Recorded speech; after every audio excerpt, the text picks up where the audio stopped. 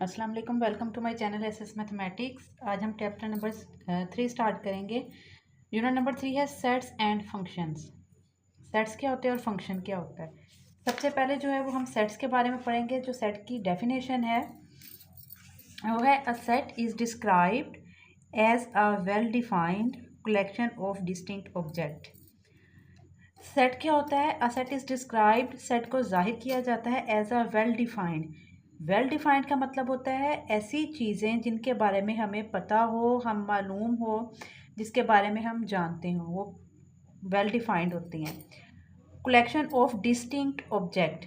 Distinct का मतलब होता है जो बिल्कुल मुनफरिद हो, अकेली हो, अब एक बार ही आती हो। मतलब सेट क्या होता है? सेट ऐसी चीज़ों का मजमूआ होता है जब हम ऐसी चीज़ों को जमा कर दें जिनके बारे में हमें पता भी हो और जो सिर्फ एक बार ही हो, मुनफरिद हो, अकेली हो, वो क्या कहलाता है? सेट कहलाता है। इसकी एग्जांपल हम इस तरह ले सकते हैं कि आपके जो 9th क्लास की बुक्स का सेट है उसमें देखें मैथ की बुक भी एक है, इंग्लिश की बुक भी एक है, टेक्स्ट बुक, फिज़िक्स की बुक भी एक है, केमिस्ट्री की बुक भी एक है। सारी बुक्स जो हैं वो आपके पास एक एक हैं। तो जब आप किसी दुकान पे जाते हैं, शॉप पे जाते हैं, तो आप उसको कहते हैं कि मुझे 9th क्लास की बुक्स दे दें, तो वो सारी बुक्स इकट्ठी करके तो उसका क्या बना देता है? सेट बना देता है। अब उसमें क्या चीज़ें हैं उन बुक्स के बारे में आपको पता है, आप उनके बारे में जानते हैं, यानी कि वो वेल डिफाइंड है।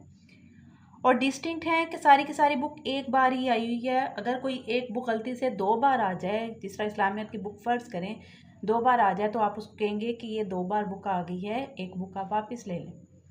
ठीक है? तो सेट क्या होता है? सेट में हम मुख्तलिफ़ चीज़ों को इकट्ठा करते हैं और वो जो चीज़ें होती हैं वो वेल डिफाइंड होती हैं, उनके बारे में हमें पता भी होता है और वो मुनफरिद भी होती हैं। तो जब हम उनको इकट्ठा किया जाता है तो वो क्या कहलाता है? सेट कहलाता है।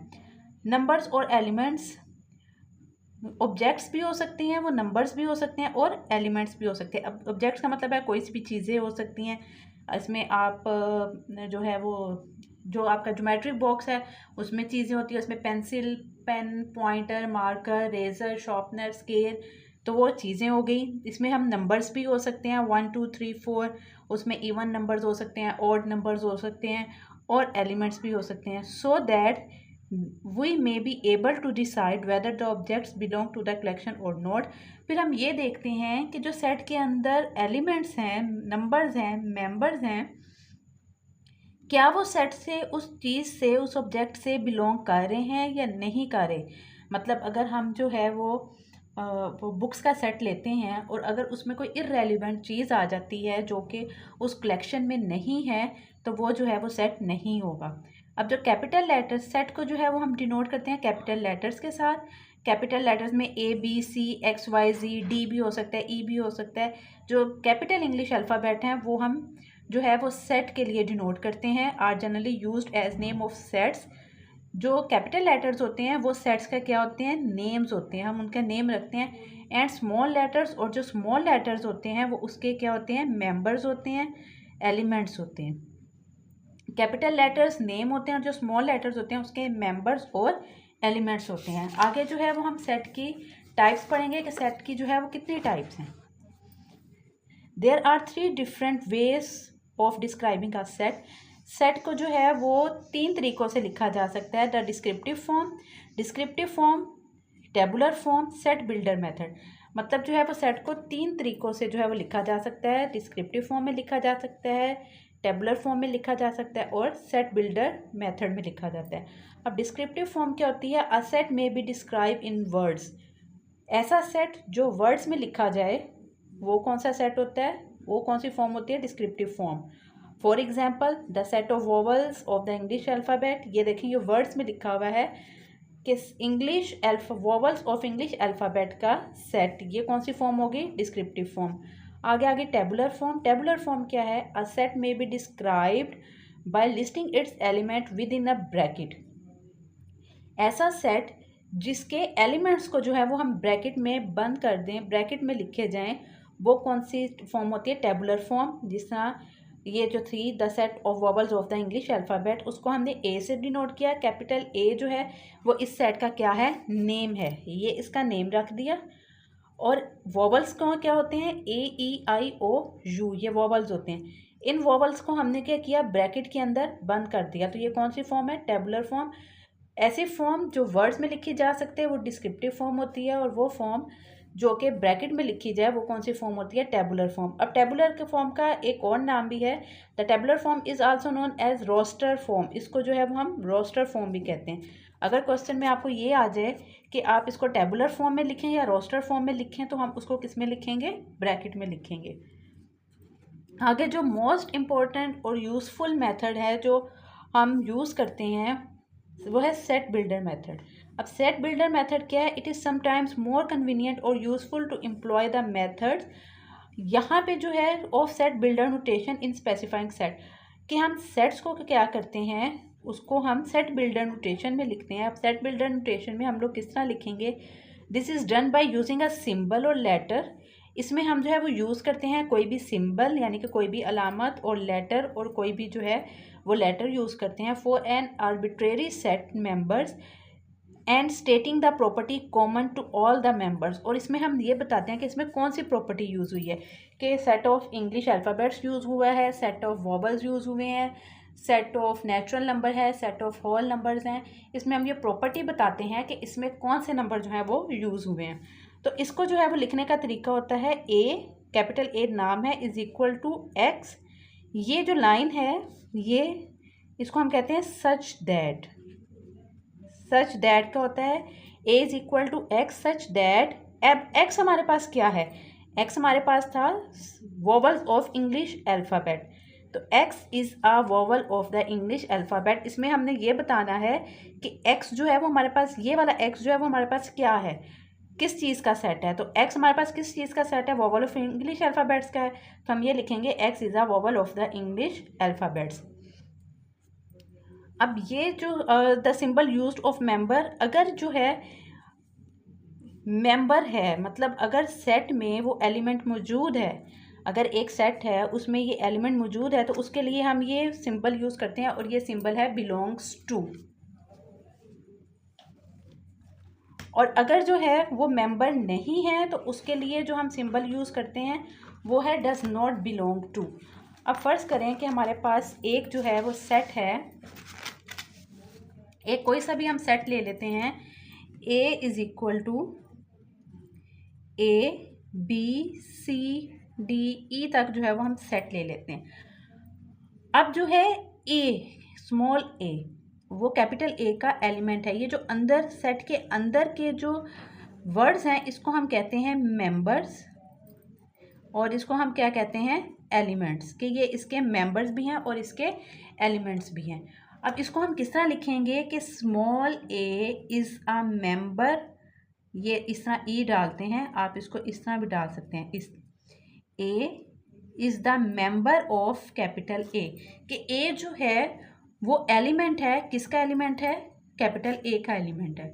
मतलब कि इस ए में, कैपिटल ए में स्मॉल ए जो है वो मौजूद है, तो उसको हम इस तरह लिखते हैं। इसका मतलब है कि ये इस सेट में मौजूद है या नहीं है।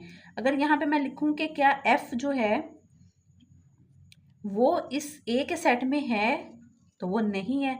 तो जब कोई वो सेट का एलिमेंट नहीं होगा तो उसके लिए हम ये लिखते हैं डज नॉट बिलोंग टू। तो ये जो साइन होता है इसको हम कहते हैं बिलोंग्स टू मेंबर और element, is a member of set ए, इस तरह लिखेंगे, ठीक है। और इसको हम ये भी लिख सकते हैं एलिमेंट ऑफ सेट ए, कि small A is the member of set ए, उसके लिए भी हम ये यूज़ कर सकते हैं नोटेशन। इन तीनों नोटेशंस में कि कैपिटल ए, स्मॉल ए जो है वो कैपिटल ए से बिलोंग करता है, या स्मॉल ए जो है वो कैपिटल ए का मेंबर है, या स्मॉल ए जो है वो कैपिटल ए का क्या है, एलिमेंट है। तो इन सब को जो है वो लिखने का तरीका ये है कि small A is an element of A, small A is a member of A, small A belongs to A. तो इसके लिए हम ये यूज़ करेंगे।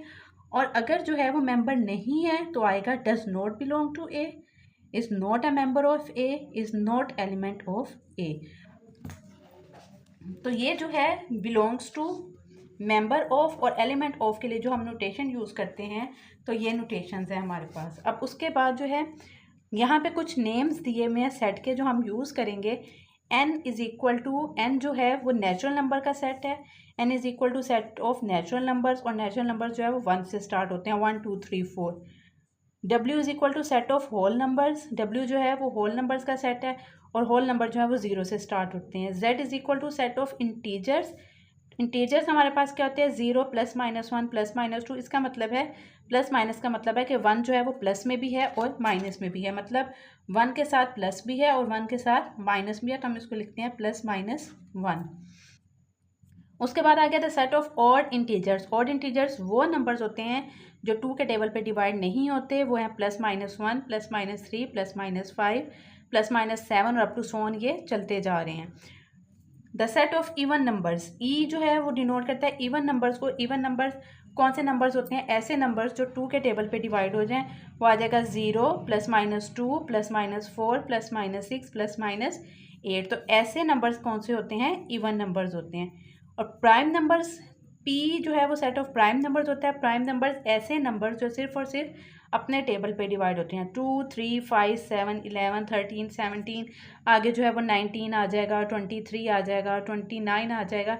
ये ऐसे नंबर्स हैं जो सिर्फ और सिर्फ अपने टेबल पे डिवाइड होते हैं। Q is equal to set of all rational numbers. Rational numbers कौन से नंबर्स होते हैं, जो पी ओवर क्यू की फॉर्म में लिखे जाएँ। और ये देखें, ये सेट बिल्डर फॉर्म में लिखे गए हैं। एक्स सच दैट, एक्स किससे बिलोंग कर रहा है, रैशनल नंबर से। और रैशनल नंबर्स कौन से नंबर्स होते हैं, जो पी ओवर क्यू की फॉर्म में लिखे जाएँ। क्यू डैश होते हैं इर्रेशनल नंबर्स। इर्रेशनल नंबर्स कौन से होते हैं, जो पी ओवर क्यू की फॉर्म में नहीं लिखे जाते।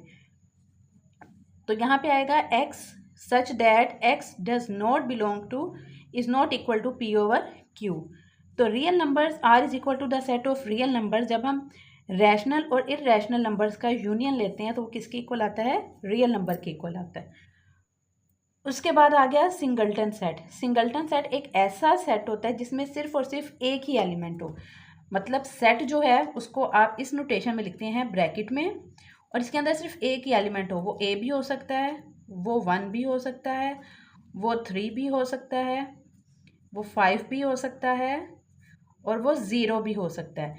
0 जो है वो एलिमेंट है, is not an empty set. ये एम्प्टी सेट नहीं होता।